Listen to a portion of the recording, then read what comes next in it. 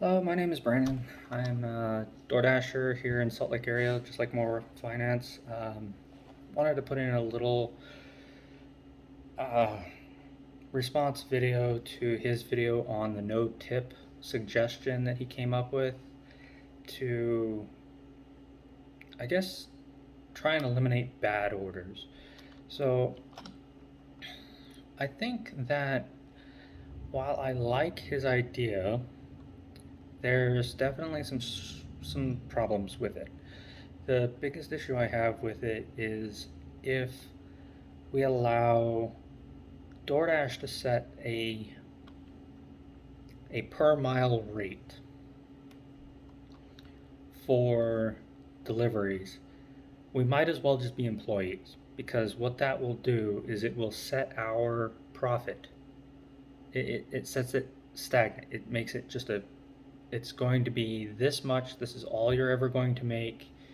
The only way you can improve your profitability is by reducing your costs, and that's the only thing that we could do as independent contractors to improve our profit is to reduce our costs, and that was it. We couldn't be picky, we couldn't be choosy. There's no market value variation. Just we should all throw on a brown shirt and call ourselves UPS because it's just a flat rate. That's the biggest problem I have with changing it to just a service, because then essentially just make it a hired thing. You know, make us employees where we're paid an hourly rate, where it's just a flat fee, and let DoorDash deal with all the problems. Right. Thing is, though, is I don't think that would work. One, us drivers, we'd run away from it. If you set it as a static base rate as a service, there's more profit to be had in other platforms, is the one thing.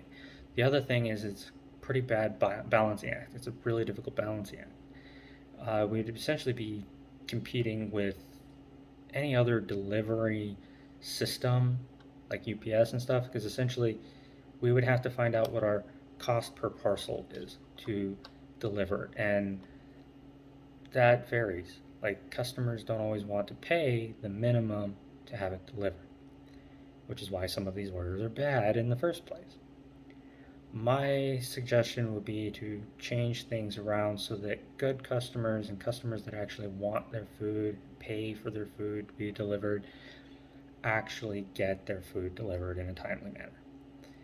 And that, I think, is probably the better focus for the company, because ultimately the bad orders will disappear over time just because they'll stop using the app, or they'll just be content with waiting. Um, if we wanted to increase our, I'm getting derailed, but essentially, let's stick it to this. Don't want a flat rate. And the main reason is because we want to have our own control over profitability, our own control over our ROI, our return on investment. My cost of operation is different from your cost of operation, which means my profit margin needs to be different from your profit margin. Otherwise, we won't make what we want to make. So the current system is essentially an open market. I accept a certain amount. That's determined by me. It's determined by you. Determine what you're willing to basically work for. I determine what I'm willing to work for. The customer determines what they're willing to pay to get the level of service that they want. And ultimately, it's a balancing act. If there's not enough drivers that are willing to take low ball orders or low profit orders, the orders will wait, which means the customer needs to start pushing their offerings higher because more drivers are willing to take them. Okay, and you'll eventually reach a balancing point, an equilibrium. That's the power of an open market. An open market becomes a dialogue between consumer and the provider. We're the provider, they're the consumer. Right now, there's one big problem. There's actually a third party in it, which is the broker. And unfortunately, the broker is not really playing fair. The broker is putting his finger on the scale. And what he's trying to do is he's trying to affect our behavior for the customer's benefit. And that's not really a good thing because ultimately he doesn't have control over our behavior. Our behavior that he's trying to control is whether or not we will accept an order that is below our intended ROI. And he's trying to make it so that you might make a better ROI, you just don't know. He's trying to throw the dice roll option in there.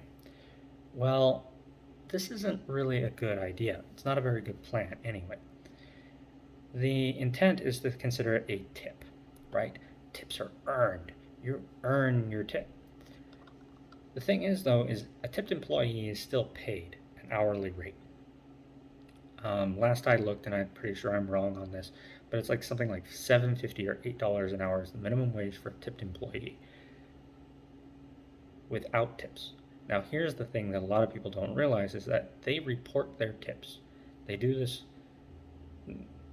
one, because it needs to be, the IRS wants to tax it. Two, the employer really wants them to report their tips because legally the employer is obligated to make sure that they are still making the federal minimum wage. So if they pay them at $7.50 an hour and they can't make up the difference between that $7.50 and a minimum wage of, I think it's like 10 or something, 10, I think it's going up. I'll be honest, I'm not even entirely sure. But they're actually required to make up the difference. If the tips don't make up the difference, say plus tips, they're only making $9 an hour, the employer is obligated to close the gap and make it the full minimum wage. A lot of people don't know that. That's why your employer wants you to report your tips. That's why it's important that they make you report your tips. But here's the other thing that I'm going to basically point out. We don't work for them. We work for ourselves. So we set our own ROI. If I can't judge an order offered to me to meet my ROI, I'm not going to take it. It's that simple. Like, I understand he's done this experiment where, is cherry picking good, or can you just accept every order? Well, here's my point with the accept every order. I've looked at your videos and I've watched your recaps over your accept every order. Your average per mile delivery, price per mile delivery is about $1.50. It's as low as $1.40, I think it was, and as high as about $1.60. Mine's $1.80, or even sometimes as high as like $2.20. But that's because I'm picky. The thing is, though, is I make that. I decide to make that. And I don't need DoorDash to come in and say, no, you can only make $1.50. Here's the other thing that I think you don't quite understand, and I know where you got your $1.50 from, but I don't think you quite understand how that $1.50 is calculated.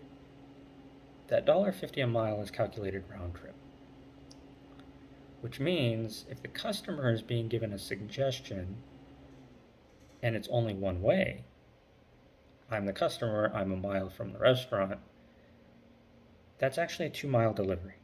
That's not a 1-mile delivery, that's a 2-mile delivery. That's because there's a trip from the restaurant to the customer and then from the customer back to the restaurant. Now, that isn't always the case. We don't always just do loops back and forth to the same restaurant. But here's the thing, you're still going to travel back to the same general area most of the time. It's very rare that you're going to pick up an order at point A, deliver it at point B, and the neighbor across the street has an order for you to pick up at point B to take you to point C, and then there's a neighbor at point C that has an order for you to take to point. Like, that's the thing, is it's not a daisy chain. You're just going from one restaurant to the delivery, immediately to another restaurant, to delivery, to another restaurant, and to delivery. No, most of the time you pick up your restaurant, you make a delivery, you go back to about the same area, okay? Maybe it's a block off, or maybe it's down the block a little bit, or 2 blocks this direction, but ultimately you're going to the same area to pick up your next order. Now, That's how it normally works. You're actually going back and forth, back and forth, back and forth, back and forth. So all of your deliveries are round trip. If you're going to make that estimation, you're going to estimate it based on round trip.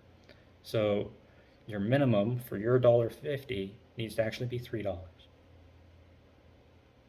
That customer needs to be told to do $3 tip for a 1 mile delivery, because you're going to be traveling back and forth for that. Now,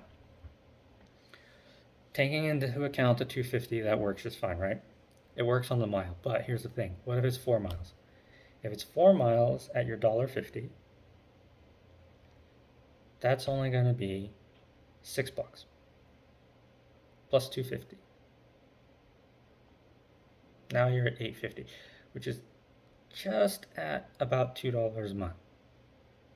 So it's not a terrible recommendation. I'll be honest, it's really not a terrible recommendation. My thing is though is I think it should be just a recommendation, not a set fee. Making recommendations, allowing customers to do that is a great idea. Totally down for it. Giving them a suggested minimum is awesome. Now here's the thing. This is the big kicker, and this is why I kind of wanted to put this out there. Right now, even with that, it's not necessarily a good fix. And the reason is because of DoorDash putting their finger on the scale by hiding tips. DoorDash's policies of hiding a portion of the tip or the full tip is a net negative. Like, it is literally a net negative, and that's because we don't make decisions based on the possibility of a hidden tip. Okay? We cherry pick. Almost everyone I've ever worked with or talked to when doing this, we cherry pick. And we cherry pick because we get screwed over. Like, I can remember one of the very first deliveries I did was a $3 delivery, and I was a complete and utter noob, and it was a 9-mile delivery. I literally went from one side of the valley to the other side of the valley for $3.50. I was pissed. I never took another short pay ever again because I got screwed over because I was a newbie. This is why we cherry pick. Okay, this is why we cherry pick. Now, if DoorDash would stop hiding the tips, we could actually pick and choose as we normally would, but the customer wouldn't have to wait as often. Because that's the thing. All hiding a tip does is force the customer to wait. Because ultimately, we're only going to take it when it's worth it to us. So if the customer decides to tip an extra $2, which could make an order totally worth it, like honestly, it totally could. Like, it could totally make a difference for that customer's $2 tip to show up. Okay. And on the long runs, it's really important that you don't hide their tip, because I've done some that are like a 6-mile delivery that was worth it for me at $1.50. I actually got there. It turned out to be $2 a mile. Why? Because it sat around. And it didn't need to sit around. It was perfectly fine without them fucking with it. But they fucked with it. I appreciated the extra, certainly. But the customer didn't appreciate the wait. And it was DoorDash's fault that they waited. So, customers, drivers, if you really want to see some change happen, complain about the hidden tips, because that's what's really killing it. Now, I know why they hide the tip.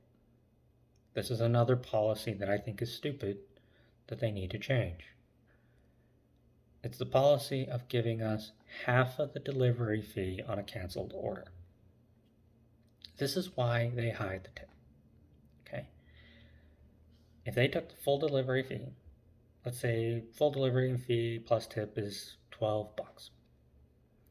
I show up, you decide to cancel because something is missing, or the restaurant didn't have everything, or hell, the restaurant's closed when I get there.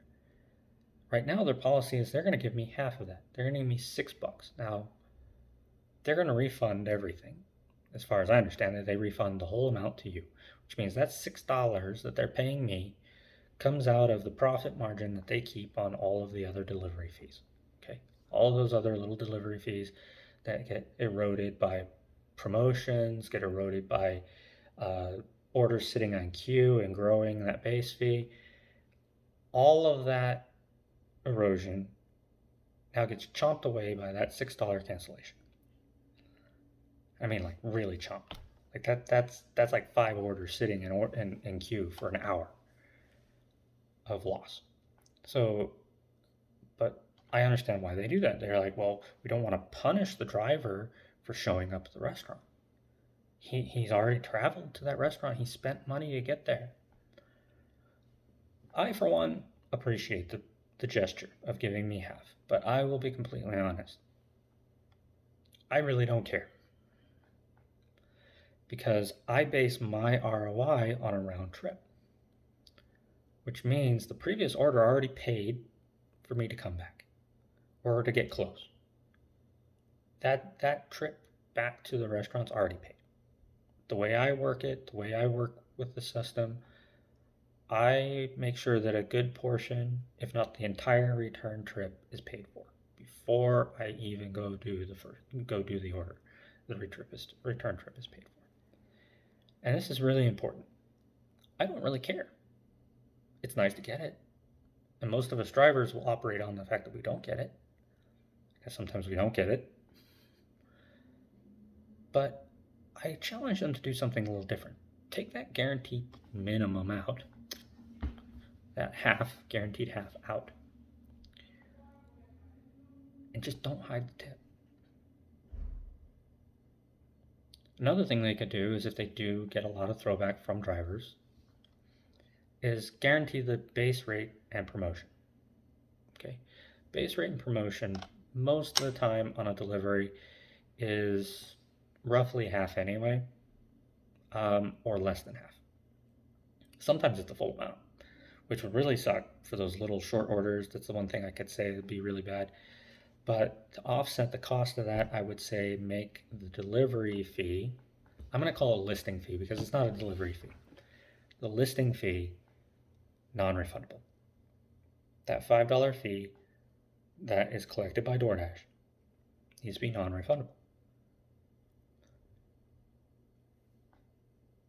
There you go. You don't lose money. You don't lose money because you're always going to collect that $5. And that $5 is supposed to pay out the promo and the baseline anyway and still be profitable. So if you've done your math right and you're not overpaying for tips that are large and are getting canceled, then you won't lose. So if you really want to solve the problem, allow the market to determine the value of a delivery. Because that's what it is right now, there are 3 people involved in the discussion, and one of them is lying to you. One of them is lying to you, and it's DoorDash that's lying to you. I'm being honest. I take the orders that are profitable to me. I don't lie to you that they're not profitable and then demand more. I only take the orders that are profitable to me. You're not lying to me. You're offering what you think is what the value of your delivery is. To you, it may only be $5. To me, it may be higher, but to you, it may be only $5. And it's up to you to decide whether or not going any higher for faster delivery is worth it or not. That's up to you. But now you have the annoying DoorDash who decides to fudge the numbers. They say they're going to list it for $10, which they do.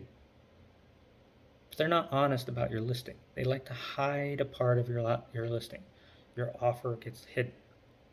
This means it's really hard for you to figure out what the market value of your delivery really is. Is your market delivery, is the market value of your delivery $5 or $10? Well, you normally will do 5 and it does fine, but then they started hiding your tip. So you crank it up and you get up to 10 and you get the same performance as when you did 5. The thing is you still only needed to do the 5 because DoorDash decided to hide $5 of that tip on the 10, and the offer that I got was the same as the 5. Do you get it?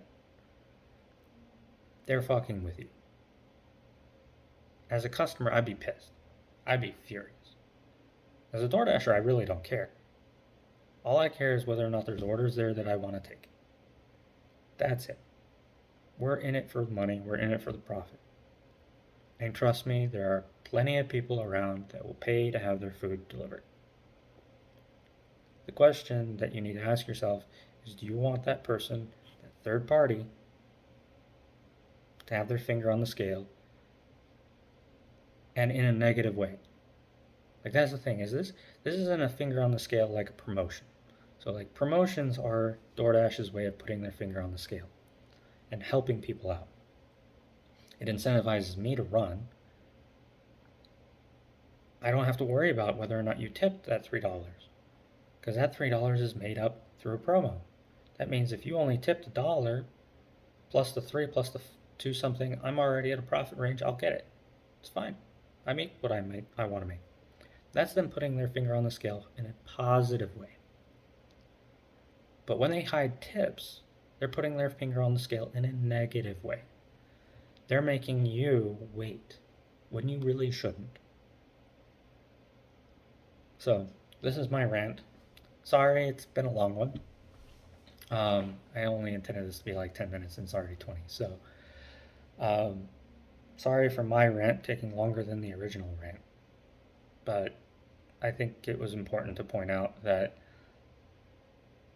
there was definitely a major flaw in the concept that is not conducive to being a independent contractor. Setting a static rate of return, though it sounds good, actually hurts us as independent contractors. We need to be in control of what we make and allow the market to determine our value and allow the market to determine the value of a delivery, not set it in stone. Because as soon as you set it in stone, you lose control over your ability to earn money. Anyway, this is enough ranting from me. I hope you guys all have a great night and get your food as fast as you can.